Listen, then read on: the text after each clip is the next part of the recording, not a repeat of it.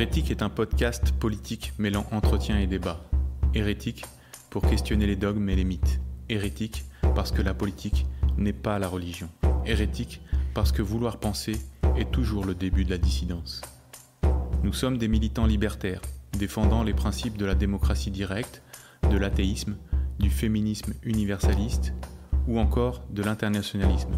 Ces engagements, ces convictions ne sont pas des idéologies, à l'opposé de tous ceux qui, de plus en plus, enferment et galvaudent les idées d'émancipation sociale et individuelle. Nous nous réclamons de l'héritage européen des Lumières et des mouvements ouvriers.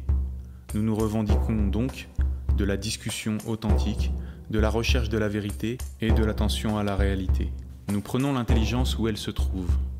Quel que soit leur camp, quel que soit leur grade ou leur éclat, invitant ceux qui nous semblent les faire vivre au risque de l'erreur, de l'errance, de l'échec.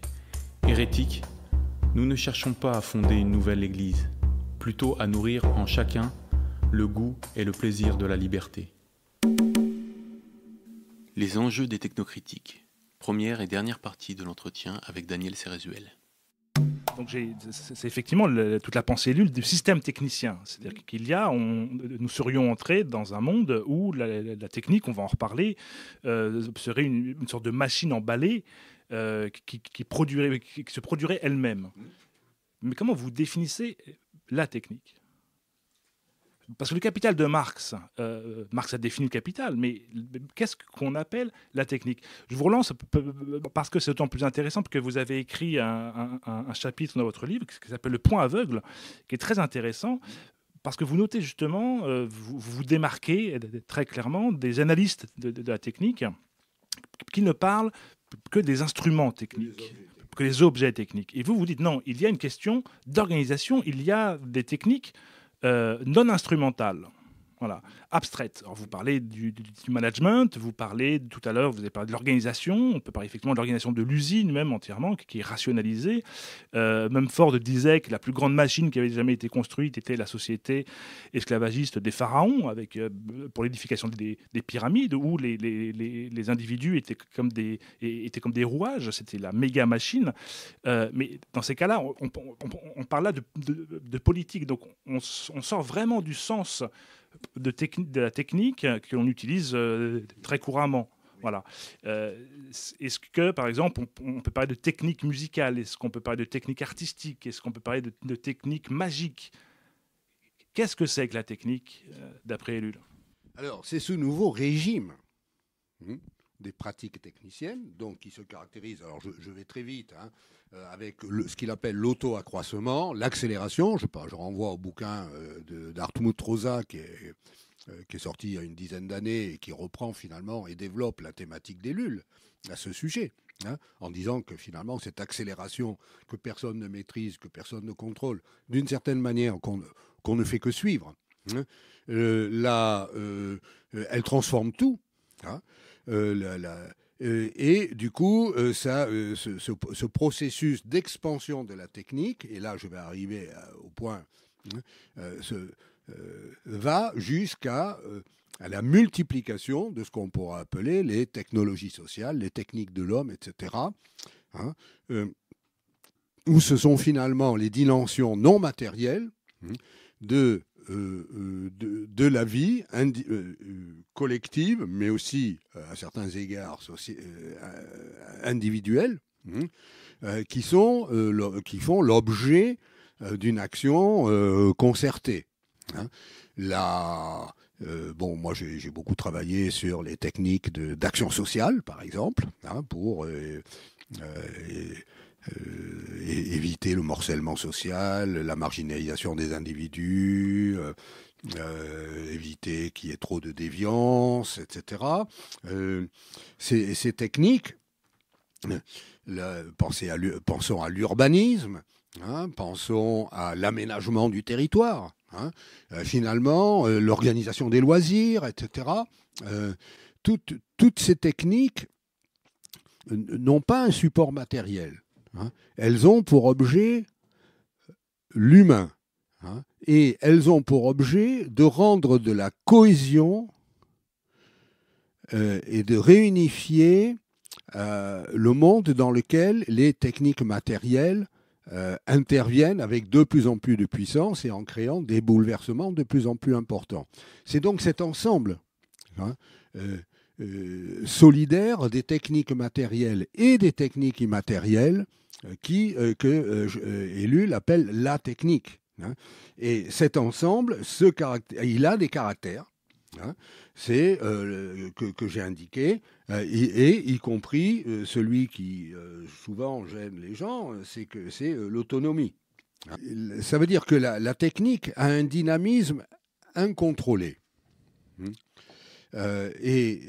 Cette croissance est en grande partie autonome à l'égard des valeurs culturelles et morales, et même souvent à l'égard des valeurs économiques.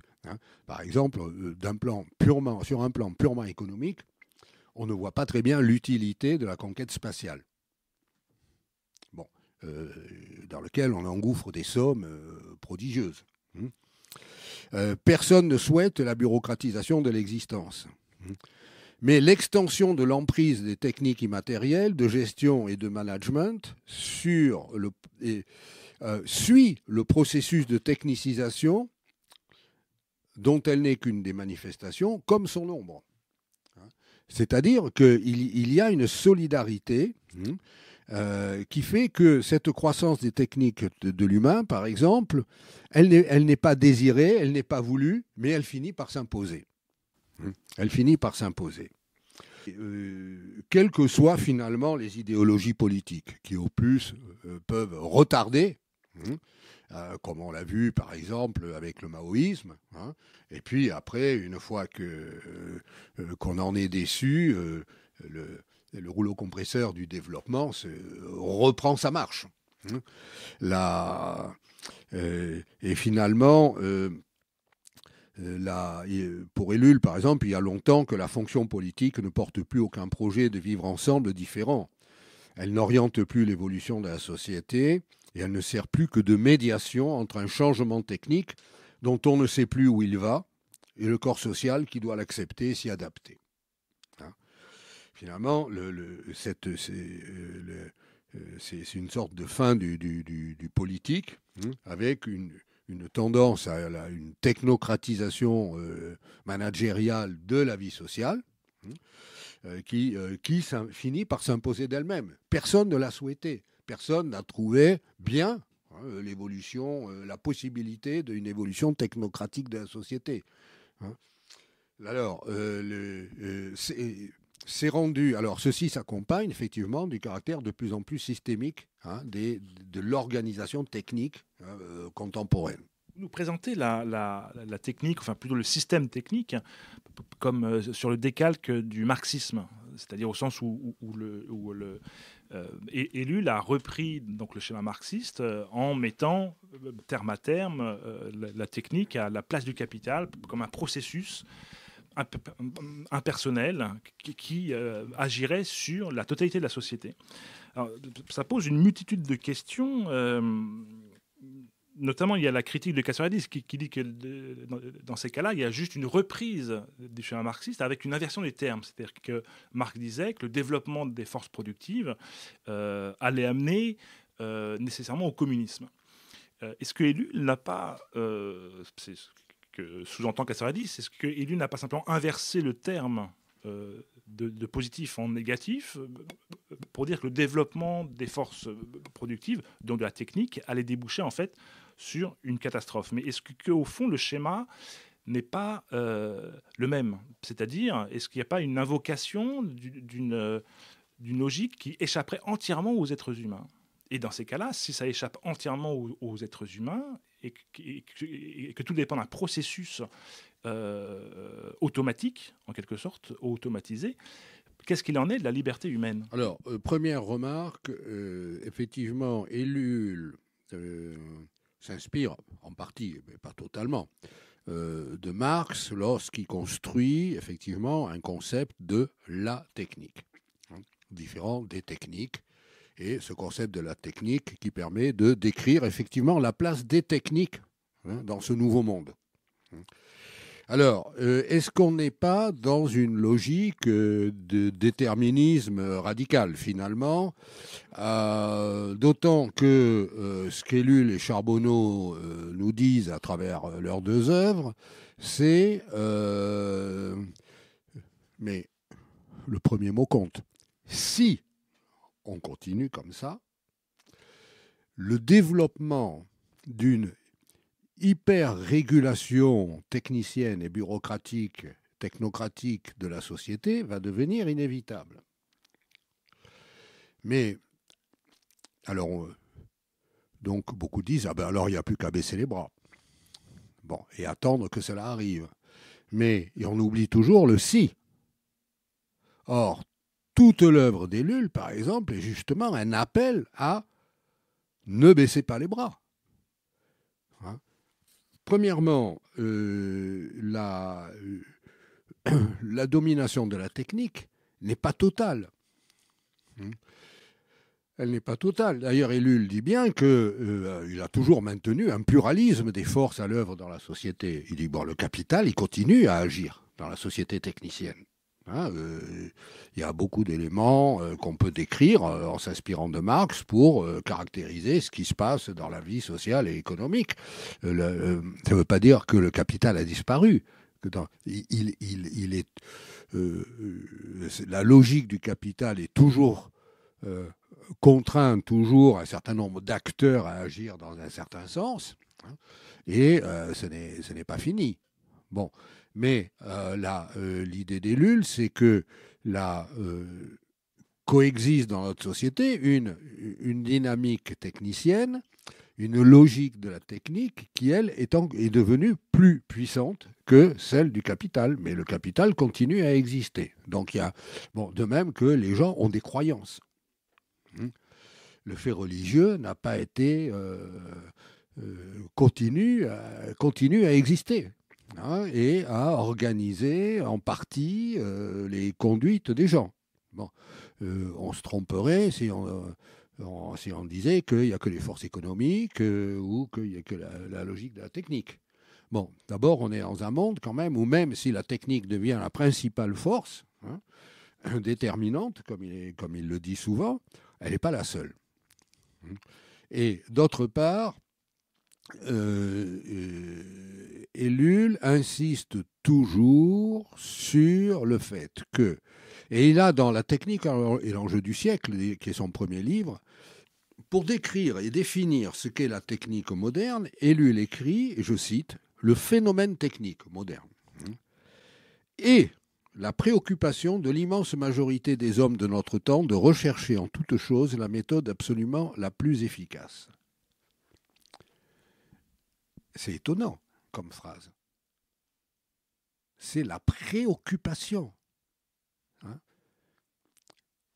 C'est-à-dire qu'il est le fondement de la technique reste quand même les attitudes des hommes, et à la limite de chacun d'entre nous. Donc, et ça c'est un point quand même très très important. Je ferai un parallèle encore, en faisant référence à Max Weber.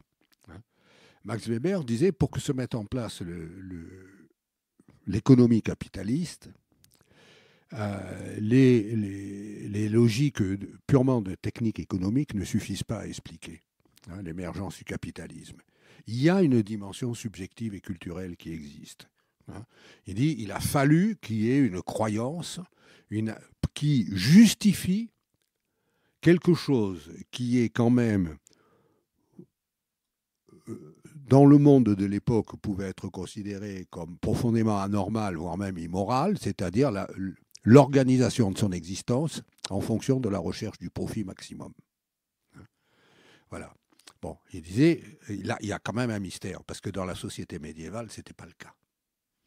Et dans toutes les sociétés ailleurs, ce n'est pas le cas. Donc il y a quelque chose d'unique dans la société capitaliste, c'est de voir une catégorie de gens qui organisent, structurent leur vie de manière méthodique, organisée, systématique, pour l'acquisition et l'expansion de l'argent. avec ce but unique, dominant. Et Weber disait, comment ça se fait? Et il dit, il y a là la manifestation de quelque chose qu'il appelle l'esprit du capitalisme. Il faut qu'il y ait une attitude des hommes qui rende cela possible, qui justifie cette pratique. Et alors, Weber, après, on peut discuter. Il voit ça dans la mise en place d'une éthique protestante, etc. Bon, son explication, elle a été contestée, elle a été critiquée. Il y en a d'autres qui disent non, c'est pas ceci, c'est pas cela. Mais l'idée à retenir, c'est que la mise en place du système capitaliste n'est pas le produit d'une logique autonome de l'économie. Il y a un élément extérieur qui est les attitudes des hommes, leurs valeurs. Et Ellul nous dit exactement la même chose. Il dit, et pour revenir à Marx quand même, il remarquait quand même, Marx dans plusieurs passages, surtout en ses écrits, peut-être d'avant le Capital, mais on le trouve dans le Capital, je crois que c'est au chapitre 13, il y a le fétichisme de la marchandise aussi, qui est un des éléments fondamentaux de la logique capitaliste. Et donc, le terme fétichisme est quand même intéressant parce que là aussi, on retrouve quelque chose dont j'ai parlé tout à l'heure, la sacralisation. Alors, la sacralisation bourgeoise de l'argent, nous, on sacralise la technique, par exemple, dans nos rapports à l'automobile, etc. Mais on voit bien, et Ellul insiste beaucoup donc sur cette dimension subjective. Et donc, il dit, voilà, le phénomène technique, c'est la préoccupation de l'immense majorité des hommes de notre temps de rechercher en toute chose la méthode absolument la plus efficace. Et il ne dit pas que le phénomène technique requiert cette préoccupation, mais quelle est cette préoccupation. Donc, c'est vraiment le cœur du phénomène de la technique moderne, c'est cette préoccupation qui est inséparable d'une conviction, à savoir que toute augmentation de la puissance opératoire, de l'efficacité, est bonne pour l'homme. Bon, il est évident que cette conviction, elle est omniprésente dans notre univers culturel, civilisationnel, contemporain, mais ça ne vaut que pour celui-là. Que pour celui-là. Ça n'a pas toujours été le cas, loin de là. Il y a eu des sociétés qui ont refusé certaines formes de puissance matérielle. Pour des raisons éthiques, religieuses, sociales, etc., pour maintenir de l'égalité, pour rester en communion avec le divin, que sais-je. Mais là, donc, dans le système technicien, Ellul récidive, il dit l'auto-accroissement de la technique que l'on constate, c'est une espèce de prolifération, par exemple avec l'informatique, dont on a l'impression que ce n'est dirigé par personne. Il dit cet auto-accroissement repose sur la légitimation a priori de la technique dans la conscience. Voilà. Et il y a là quelque chose, un point qui est fondamental. Et si c'est le cas, alors à ce moment-là, on comprend pourquoi les livres d'Ellul sont des avertissements. C'est-à-dire, si on laisse faire, si on continue à légitimer, si on continue à sacraliser, voilà vers quoi on va aller. C'est-à-dire, effectivement, une prolifération de l'organisation, de l'encadrement techno-bureaucratique de l'existence, etc. Mais toujours si. Et c'est évidemment un appel à ne pas le faire. Oui, effectivement, c'est important de le dire, parce que lorsqu'on parle d'un phénomène impersonnel, on a toujours l'impression qu'on parle d'un dieu, même un dieu mauvais, ce qu'on retrouve aussi dans Marx, qui parle du capital, qui agit de lui-même, comme s'il était absolument indépendant des êtres humains. Et c'est toute la contradiction, effectivement, dans Marx, où il décrit tantôt une histoire qui est faite par le développement des forces productives, le capital, de manière impersonnelle, la technique, en fait. Et d'autre part, il parle d'une histoire qui se développe grâce ou à cause de la lutte des classes, c'est-à-dire l'activité humaine et consciente vers l'égalité. C'est important parce que lorsqu'on écoute assez souvent les technocritiques, on a l'impression qu'ils parlent effectivement d'un monstre qui n'est pas humain et sur lequel les humains n'auraient aucune prise. Et ça pose de multiples problèmes, peut-être qu'on en parlera plus tard, notamment quant à l'issue, quant à la possibilité d'en sortir, mais aussi quant au fait que leur croyance dans cette toute-puissance de la technique appartient elle-même au phénomène technique. C'est-à-dire, j'ai l'impression que le technicien, le technophile, qui croit, lui, dans la toute-puissance de la technique, rejoint au fond une partie des technocritiques qui voient aussi dans la technique une toute-puissance. C'est-à-dire, j'ai l'impression qu'il y a au fond un phénomène religieux, à la fois dans la croyance de la technique et dans la critique de la technique. Donc c'est important effectivement de faire ressortir le côté très subjectif de l'investissement technique. Alors vous définissez la technique, enfin Ellul définit la technique comme le culte de l'efficacité en quelque sorte. Mais c'est le sous-bassement, mais le terme d'efficacité demanderait à être questionné parce que dans le monde actuel, cette efficacité est très particulière. C'est une efficacité qui est rationnelle. Elle veut être rationnelle de part en part. Parce que l'efficacité, la notion d'efficacité est difficilement critiquable en soi. Lorsqu'on éduque un enfant, on cherche à être efficace, entre guillemets. Lorsqu'on joue de la musique, on essaie d'être efficace. On n'a pas à chercher l'inefficacité. Il me semble que dans la définition, il mériterait d'y avoir une précision de ce point de vue-là. L'efficacité en elle-même, je ne vois pas en quoi elle impliquerait une technicité. Au contraire, en quelque sorte. Plus on est ouvert sur les moyens, y compris non rationnels, pour agir, et plus on sera efficace. Si on veut éduquer son enfant de manière entièrement rationnelle, ce n'est pas possible. On va en faire un psychotique. Il va falloir de l'amour, il va falloir des sentiments, il va falloir de l'imagination, il va falloir autre chose que la simple rationalité. Donc, est-ce que ce n'est pas dans la technique la question de la rationalité qui fait question que la question de l'efficacité? Bon, sur les limites de la rationalité et de l'efficacité, Ellul pourrait dire les mêmes choses que vous. Hein.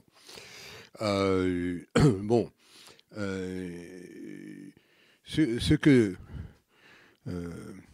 bon, Ellul a un côté théologien, hein, et pour lui, le rapport que nous avons à la technique, c'est un rapport d'idolâtrie. Hein. Mais l'idolâtrie, on peut en revenir. Hein, et pour lui, l'idole a des pieds d'argile. Et c'est aussi quelque chose qu'il essaie de rappeler quand même souvent dans son œuvre. Hein.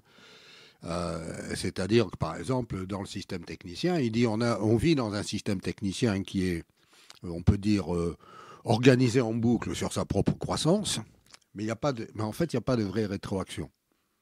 Hein, c'est-à-dire qu'il est condamné à grossir jusqu'à ce qu'il rentre dans le mur.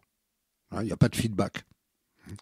Ni social, ni éthique, ni environnemental. Hein. On le voit bien d'ailleurs, hein, depuis le rapport du Club de Rome, il n'y a pas grand-chose qui a bougé. Hein, la croissance, on continue à garder le pied sur accélérateur, hein, autant qu'on peut. Et le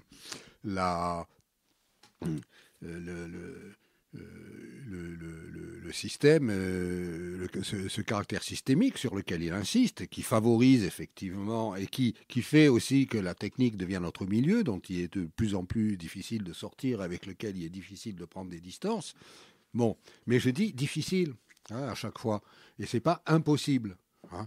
Et justement, Ellul, il dit, voilà, il faut rompre avec cette idolâtrie. Et de ce côté-là, Ellul faisait faisait des cours à Sciences Po sur l'histoire des idées politiques, sur l'histoire des institutions, et régulièrement, il faisait étudier à ses élèves le discours sur la servitude volontaire de la Boétie. qui pour lui était un très très grand penseur, un Gascon. Ce que la Boétie rappelait toujours, c'est que l'élément du consentement est absolument central dans la domination. Et on peut étendre cette remarque à la domination, bien sûr, de la domination politique à la domination technique. C'est-à-dire que de même qu'on sacralise et qu'on idolâtre le pouvoir politique très facilement, et ça c'est la puissance du mythe, de même on sacralise et on idolâtre la puissance technique. Il y a toute une mythologie technicienne et qui imbibe notre culture. Or, ce consentement peut être retiré. C'est-à-dire, c'est ce que dit la Boétie. Il dit cette tendance du pouvoir finalement à croître de lui-même et à nous dominer. On n'arrête pas de pleurnicher parce qu'on est dominé. Il dit à ses contemporains, mais ben voilà, ôtez votre consentement et vous verrez que la domination s'effondre d'elle-même. Elle est le produit de notre fascination. Alors, là où il y a une vraie différence entre Marx et Ellul, c'est que Ellul, il nous invite à quand même justement à refuser ce consentement. Or, Marx, face aux protestations des ouvriers contre le machinisme, disait « vous vous trompez. Il faut aller jusqu'au bout de la prolétarisation parce que ça va créer les conditions objectives de la révolution. » Et lui n'a jamais pensé comme ça. Il dit plutôt on arrêtera, mieux ce sera.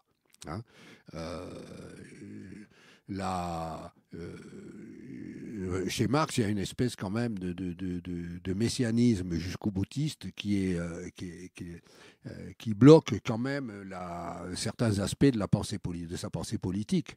Et il faut accepter le machinisme, il faut accepter le vidage des campagnes, c'est mieux, comme ça les masses ouvrières finiront par prendre conscience et le basculement se fera de lui-même, en quelque sorte. Il y a une fatalité de la révolution chez Marx,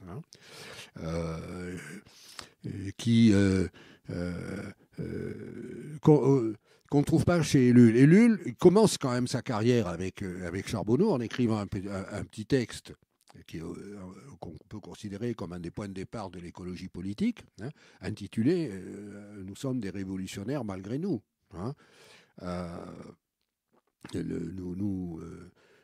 Mais c'est pas la peine d'attendre que la situation se dégrade pour agir. Au contraire, tout ce qu'il a écrit, c'est pour prévenir, regarder ce qui va se passer si on ne fait rien tout de suite.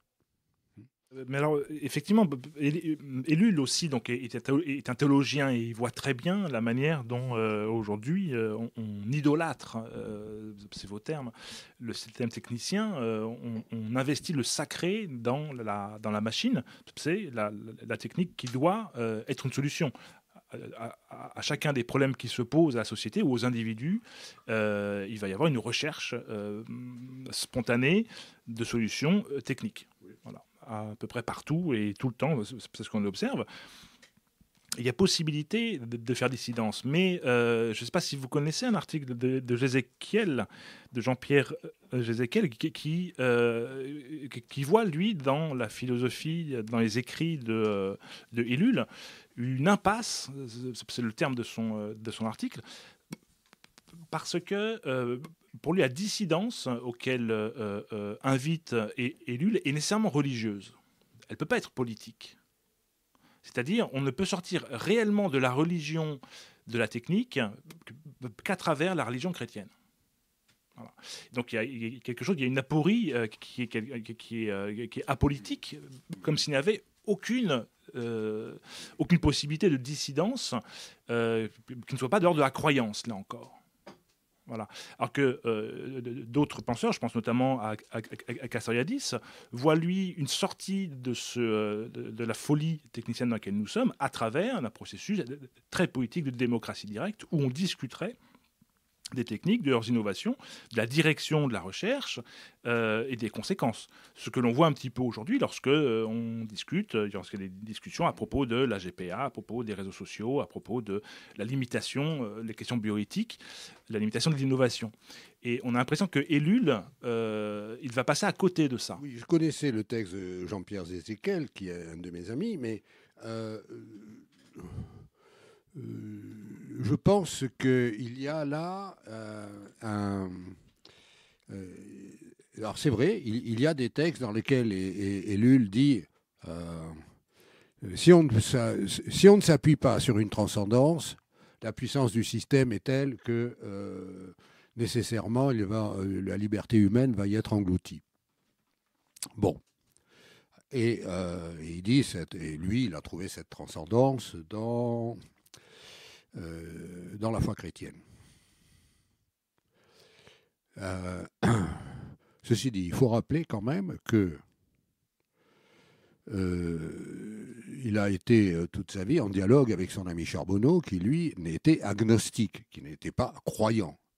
Bon, et ils ont écrit des livres ensemble. Le premier texte qu'ils ont écrit l'un et l'autre, ils l'ont écrit ensemble, ainsi que un des derniers. Hein, c'est-à-dire l'ensemble d'articles qu'ils ont coécrits en miroir dans une dizaine de numéros de Combat Nature. Bon, et d'ailleurs, le terme de Combat Nature est assez clair quand même. C'est pas, il ne s'agit pas de se croiser les bras, pardon. Donc, en fait, Ellul dit deux choses en même temps. Bon, il dit que lui, il trouve ce point d'appui dans la révélation chrétienne. Mais il savait parfaitement que son ami Bernard Charbonneau trouvait son appui ailleurs, sans une foi en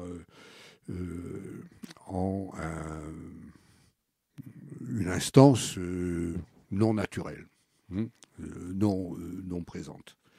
Bon, alors, donc je crois que Jézéchiel a raison de dire, si on reste dans cette affirmation d'Ellul, évidemment, on se ferme. Hein, mais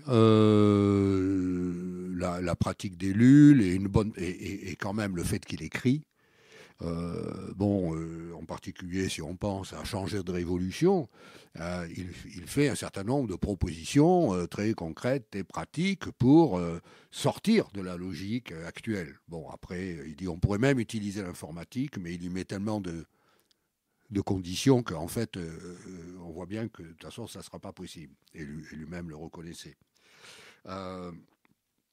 Donc, je crois qu'il ne faut pas s'enfermer dans... alors, parfois, Ellul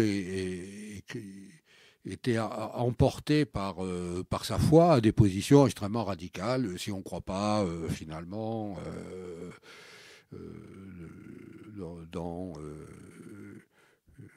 dans la révélation chrétienne,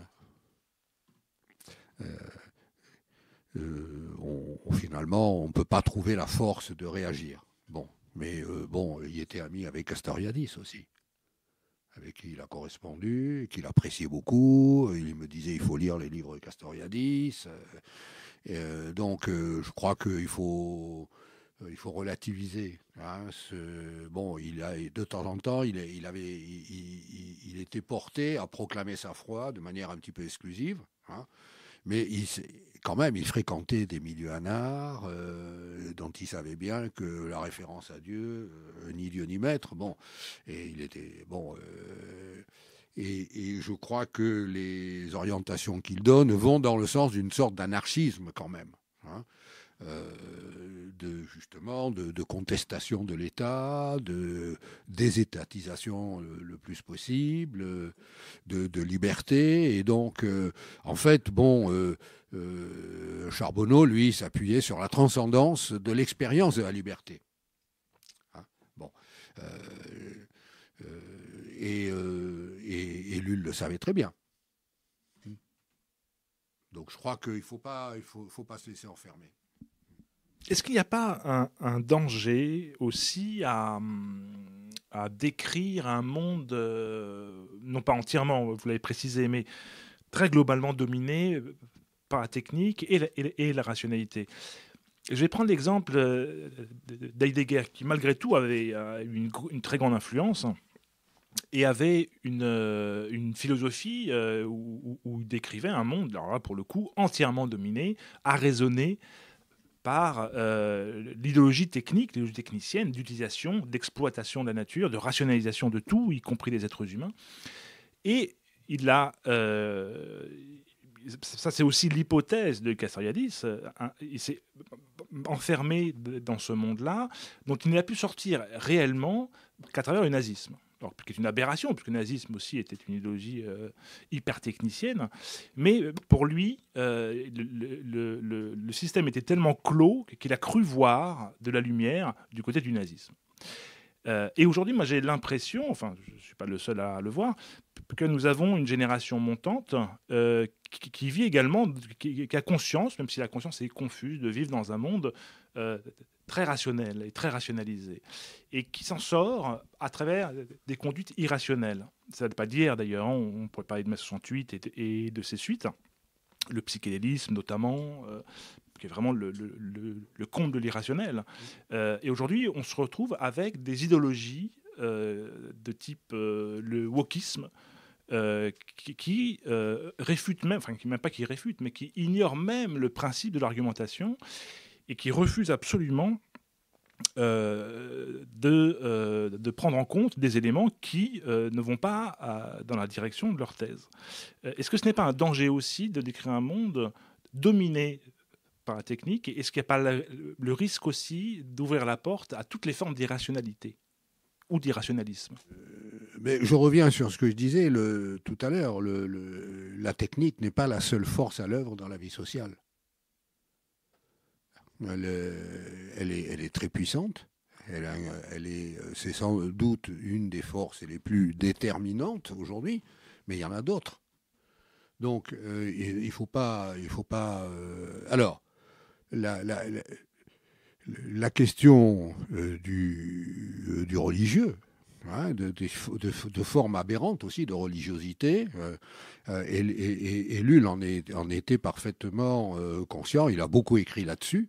Hein, y compris de religiosité politique.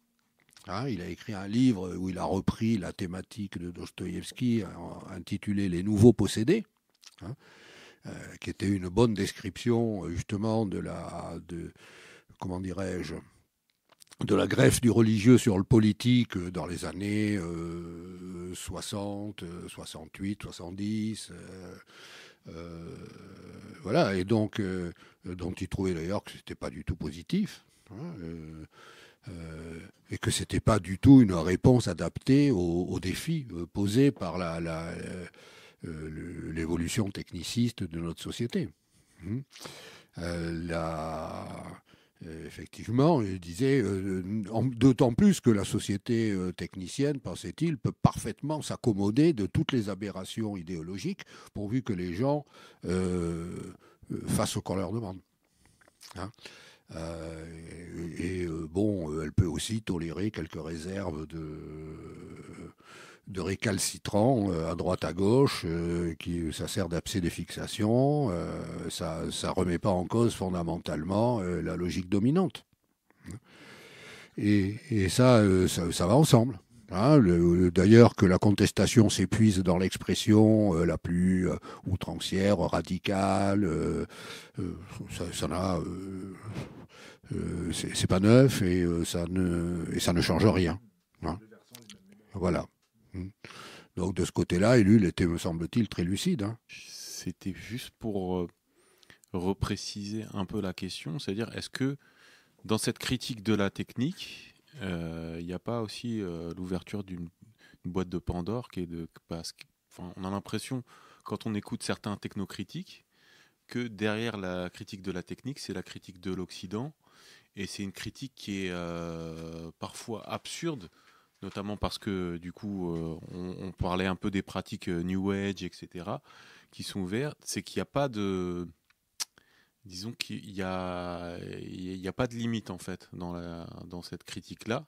Et pour nous, la limite qu'il ne faut pas dépasser, c'est justement de critiquer la rationalité et la possibilité aussi qui est notre possibilité de nous exprimer, de faire démocratie, etc. Et des fois, on a l'impression que, en ayant ouvert cette porte de la technocritique, on va jusqu'à l'absurde, justement. Oui, alors, puisqu'on parle d'Ellul, mais je continue à parler de lui à ce sujet, puisque précisément, il a écrit un livre quand même qui s'appelle « Trahison de l'Occident », dans lequel il avait repéré très tôt ce genre de tendance. Hein, et Ellul, d'ailleurs, sa position, il disait « Je suis contre le règne de la technique, je ne suis pas contre les techniques. Hein. Les techniques, il faut après en faire un usage critique. Hein. En particulier, Ellul était consterné de voir ces mouvements qui, effectivement, cette espèce de primitivisme, par exemple, très religieux, qu'on a pu voir. Et Ellul disait, on n'a pas besoin de... c'était aussi la position de son ami Charbonneau, d'ailleurs, hein, on peut critiquer la modernité au nom de ses propres valeurs. Hein, c'est-à-dire la raison, la liberté, l'égalité, la fraternité. Hein, et déjà, avec ces valeurs-là, on peut... Hein, remettre en question le règne de la technique. On peut fonder une vraie technocritique. Certains le font d'ailleurs. Ellul l'a fait à sa manière, en essayant d'utiliser des arguments rationnels. Hein. Et quand même, il a écrit ce livre « Trahison de l'Occident » en disant il y a quand même un certain nombre de valeurs, nous occidentaux, auxquelles il est important de se rattacher. C'est les valeurs quand même de liberté. Hein, de la raison, hein, et aussi de l'individu. Hein, il se méfiait beaucoup de tout ce qui se présentait comme des solutions globalistes, fusionnelles, groupistes, etc. Hein, c'est avec une insistance sur la responsabilité de l'individu, la responsabilité personnelle de chaque individu dans le choix de sa manière d'agir, dans son style. Il insistait beaucoup sur le choix d'un style de vie aussi. Il disait ça, ce sont des actes qui peuvent être authentiquement révolutionnaires. Merci beaucoup. C'était des précisions qui étaient importantes. Merci beaucoup pour cette émission qui était extrêmement intéressante et j'espère que tout le monde l'a trouvée telle. Je ne sais pas si on peut rappeler les ouvrages. Alors, comme texte, il y a l'ouvrage qui a été réédité, mais augmenté récemment par les éditions de l'Échappée, qui est intitulé « La technique et la chair ». Hein, j'ai aussi écrit deux livres sur Bernard Charbonneau. Hein. L'un, c'est « Nature et liberté, introduction à la pensée de Bernard Charbonneau », qui vient d'être réédité. Il avait été publié il y a plus de 10 ans chez Parangon sous le titre Écologie et liberté, qui était un peu malencontreux. Et en fait, le titre a été rectifié Nature et liberté, introduction à la pensée de Bernard Charbonneau. Voilà. Vous venez d'entendre la première et la dernière partie de l'interview avec Daniel Cérézuel sur les enjeux des technocritiques. Prochaine émission dans 15 jours avec Daniel Siboni, auteur notamment de Islam, phobie et culpabilité. Vous pouvez retrouver les documents évoqués lors de l'émission ainsi que d'autres permettant de prolonger la réflexion sur notre site internet hérétiqueaupluriel.fr. Le podcast est disponible sur toutes les plateformes d'écoute.